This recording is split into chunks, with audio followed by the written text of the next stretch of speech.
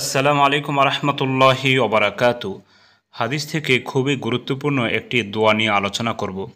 সুপ্রিয় দর্শক, অনেকে জানতে চেয়েছেন স্বামী স্ত্রীর মাঝে মনোমালিন্য থাকলে, ঝগড়াঝাটি থাকলে কোন দোয়া পড়লে সেই মনোমালিন্য ঝগড়াঝাটি দূর হবে।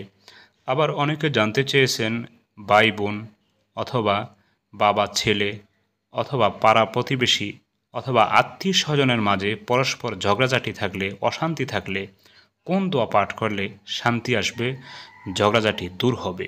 সুপ্রিয় দর্শক, আমাদের প্রিয় নবী সাল্লাল্লাহু আলাইহি সাল্লাম আমাদেরকে সব বিষয়ে দোয়া শিখিয়েছেন।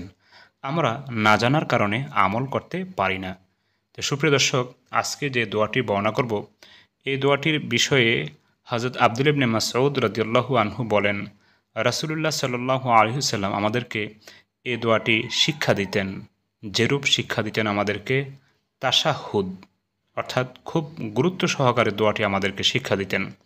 কোনো কোনো হাদিসে এসেছে দোয়াটি নামাজে সালাম ফেরানোর পূর্বে রাসূল করিম সাল্লাল্লাহু আলাইহি সাল্লাম পড়তে নির্দেশ দিয়েছেন।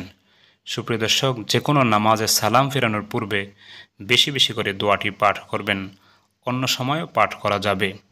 দোয়াটি হলো আল্লাহুম্মা আল্লিফ বাইনা কুলুবিনা ওয়া আসলিহ যাতা বাইনিনা ওয়াহদিনা সুবুলাস সালাম ওয়া নাজ্জিনা মিনাজ যুলুমাতি ইলান নূর ওয়া জান্নিবনাল ফাওয়াহিশা মা যাহারা মিনহা ওয়া মা বাতান।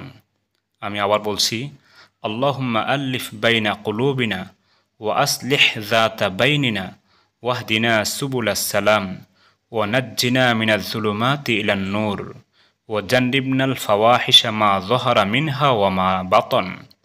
দোয়াটির অর্থ হলো, হে আল্লাহ, আপনি আমাদের অন্তরের মধ্যে পরস্পরের প্রতি ভালোবাসা ও সম্প্রীতি সৃষ্টি করে দিন।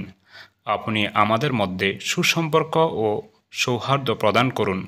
আপনি আমাদেরকে শান্তির পথে পরিচালিত করুন। আমাদেরকে অন্ধকার থেকে মুক্ত করে আলোয় নিয়ে আসুন। আমাদেরকে প্রকাশ্য ও অপ্রকাশ্য সকল অশ্লীলতা থেকে রক্ষা করুন।